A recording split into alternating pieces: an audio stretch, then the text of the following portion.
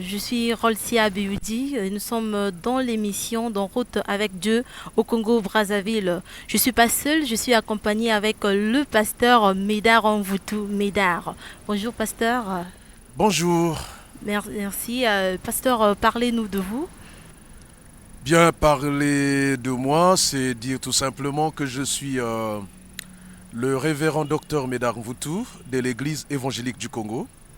Je suis enseignant à la faculté de théologie protestante de Brazzaville. J'assure la responsabilité, si vous voulez, de la chaire de théologie pratique depuis cette année-ci. Mais c'est depuis 2017 que j'enseigne à la faculté de théologie. Je suis théologien pratique ou théologien praticien. Bon, et en dehors de cette fonction d'enseignant, je suis en même temps aumônier militaire auprès de la force publique. Je suis marié à Ghislaine Voutou, avec laquelle nous avons trois enfants. En vous écoutant, on remarque que vous êtes un cadre dans l'église évangélique du Congo. Alors pasteur, dites-nous, comment vous êtes devenu pasteur? Maintenant, si vous dites que je suis cadre, bon, c'est par rapport à votre témoignage, peut-être vos observations. Comment je suis devenu pasteur? Bon, mais c'est l'appel de Dieu. C'est Dieu qui m'a appelé, et je me rappelle bien, je suis à l'université Marien Ngouabi, et où j'étais en train de faire des études en géographie. Et pendant cette période, je venais déjà d'avoir mon baptême en 90 à la paroisse de Météo. Mais au fond de moi, je sentais un appel, je sentais l'envie. J'avais vraiment le désir ardent de prêcher, de parler, et ça me brûlait, ça me brûlait. Et en dehors de ce sentiment intérieur que j'avais, ou cette voix que j'entendais de l'intérieur, j'avais en même temps des personnes, des frères et sœurs, qui ne cessaient de dire que me voyaient en col pastoral. En col pastoral, et au même moment, j'ai constaté que plus rien ne marchait à Mariengouabi, alors que les amis savaient que j'étais parmi les meilleurs, sinon le meilleur de ma promotion ou de ma génération, à Mariengouabi au département. Alors, les choses ont commencé à se compliquer, des circonstances particulières qui ont fait que, finalement, à Mariengouabi, ça se ferme, et je constate qu'il y a quelque chose qui ne va pas. Et au bout du compte, c'est une maman qui va dire, mais toi, Dieu t'a choisi pour le servir à plein temps. Quand j'ai entendu cela, je me suis engagé à concevoir, ou sinon à constituer mon dossier. Dès que je l'ai déposé à la paroisse de Météo, tous les conseillers, quand ils l'ont reçu, ont dit, mais depuis ce temps, tu attendais quoi? Donc c'était comme une confirmation. Et au même moment, quand je suis allé passer mon dernier examen pour un module qui était resté, en tout cas, je l'ai passé sans problème, j'ai eu ma licence. Mais malheureusement, après la licence, la voie s'est fermée, parce que Dieu dit, bon, maintenant tu vas faire quoi? Je veux voir. Mais est-il vrai qu'après avoir déposé mon dossier à la paroisse de Météo Conseil, j'ai retrouvé ma paix, parce qu'il y avait une période où je n'avais plus de paix en moi. Il est même arrivé des moments où je partais à Mansimou pour rendre visite à certains amis, et quand je revenais sur le pont du Djoué, j'entendais bien quelqu'un qui m'appelait derrière. J'entendais la voix. C'était donc même un appel audible. Médard, Médard, tu attends quoi? Je me retourne pour regarder. Il n'y avait personne. Franchement, il n'y avait personne. Aucune présence humaine. Et là, je me rendais compte de plus en plus qu'il y avait la voix de Dieu. Maintenant, il y avait des signes pour certaines personnes qui me voyaient toujours, même à la paroisse de Météo. Lorsque je disais les annonces pendant les cultes de dimanche, les gens étaient beaucoup intéressés, et pour la plupart du temps, les gens aimaient plus écouter m'écouter pendant que je disais les annonces que lorsque les pasteurs passaient pour prêcher l'évangile. Ouais, après, les gens ont compris que finalement, Dieu avait mis quelque chose en moi et tout. Bon. Et donc, je pense que c'est le plan de Dieu. Et moi-même, je me suis toujours dit, mon père s'étant appelé pasteur Mambeka, alors qu'il ne l'était pas, Dieu a dû mettre la main sur son premier fils pour qu'il soit le vrai pasteur. Waouh. Alors pasteur, parlez-nous de votre formation au Cameroun. Alors, en 2010, le conseil synodal prend la décision de nous envoyer à Yaoundé pour le master, donc 2 ans, avec une perspective doctorale. On est arrivé à Yaoundé, nous avons fait le master pendant 2 ans. Bon, les résultats étaient bons pour ma part. Bon, J'ai eu la grâce d'être le major de la promotion, major de promotion en master. Et puis l'église a dit, bon, vous étiez parti là-bas pour faire le doctorat. Donc il y avait moi, il y avait Jean-Serge Kinouani qui est actuellement en France. Et la révérende docteur Loupé Badila Flore Urbaine, qui est l'actuel doyen de la faculté de théologie. Et donc nous sommes inscrits en doctorat. Et pendant 4 ans de recherche, nous avons travaillé autour du thème intitulé Repenser la pastorale du baptême au sein de l'église évangélique du Congo. Et donc voilà ce qui a fait l'objet de ma recherche, de ma réflexion. Mais le séjour à Yaoundé était très agréable parce que nous avons trouvé un beau cadre de recherche avec des enseignants expérimentés qui nous ont accompagnés et nous ont aidés à mener des réflexions profondes pour des résultats pertinents par rapport à nos sujets génériques, nos thèmes génériques.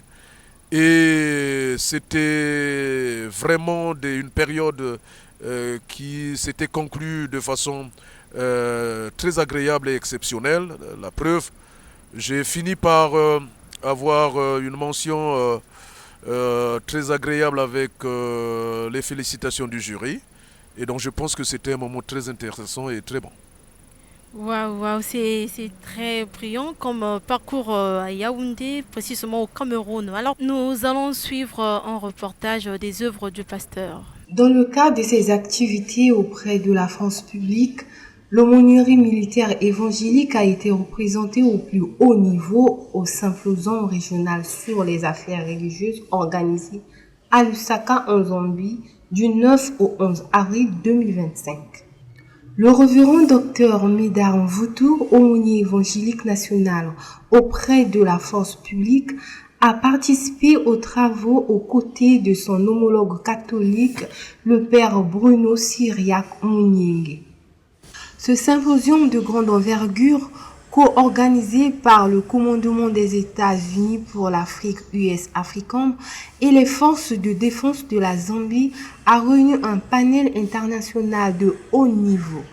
Y ont notamment pris part les aumôniers militaires africains, ceux de l'armée de terre pour l'Europe du Sud-Afrique, de l'armée de l'air des États-Unis pour l'Afrique, ainsi que les représentants de la garde nationale de Caroline du Nord et de New York. Les délégations africaines partenaires étaient également présentes. Il convient de souligner que la participation des deux aumôniers congolais à cette rencontre a été rendue possible grâce au soutien du ministre de la Défense nationale, preuve de l'importance stratégique accordée à l'aumônerie dans l'accompagnement des hommes en armes. Nous venons là de suivre tout à l'heure l'extrait du reportage des œuvres du pasteur Médard Mvutu. En quoi consiste votre mission auprès des forces armées du Congo-Brazzaville? Bien, merci beaucoup. Mission auprès des forces armées congolaises. Bon, je parlerai en termes de Militaire aussi, hein. force publique, parce que lorsque vous parlez des forces armées congolaises, la mission est réduite. Mais elle est élargie à toute la force publique, c'est-à-dire les forces armées congolaises, la police nationale ou le commandement des forces de police et la gendarmerie nationale. Alors, il s'agit là d'une aumônerie militaire auprès de la force publique organisée par l'Église évangélique du Congo. Et cette aumônerie que nous assurons est rattachée au département de l'aumônerie générale de l'Église évangélique du Congo. Mais en quoi consiste cette aumônerie en fait? L'aumônerie militaire, c'est en fait, on dirait, c'est le service d'église. C'est le service d'église qui assure une présence chrétienne dans une structure donnée. Et dans ce cadre-là, l'aumônerie que nous assurons est un service d'église, et donc l'église évangélique du Congo, auprès de la force publique pour manifester la présence chrétienne. Et donc, on dirait même que c'est un service cultuel. Et la mission que nous avons est celle d'accompagner pastoralement tout élément de la force publique pour l'aider à assumer sa tâche de façon convenable, avec courage, avec force, avec persévérance, parce que vous savez, les militaires, les gendarmes et les policiers ont une tâche particulière. Pasteur, vous venez de participer à un symposium à Lusaka. En quoi consistait ce symposium?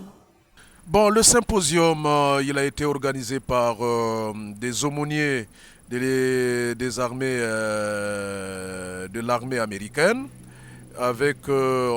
C'était une co-organisation avec la force militaire zambienne.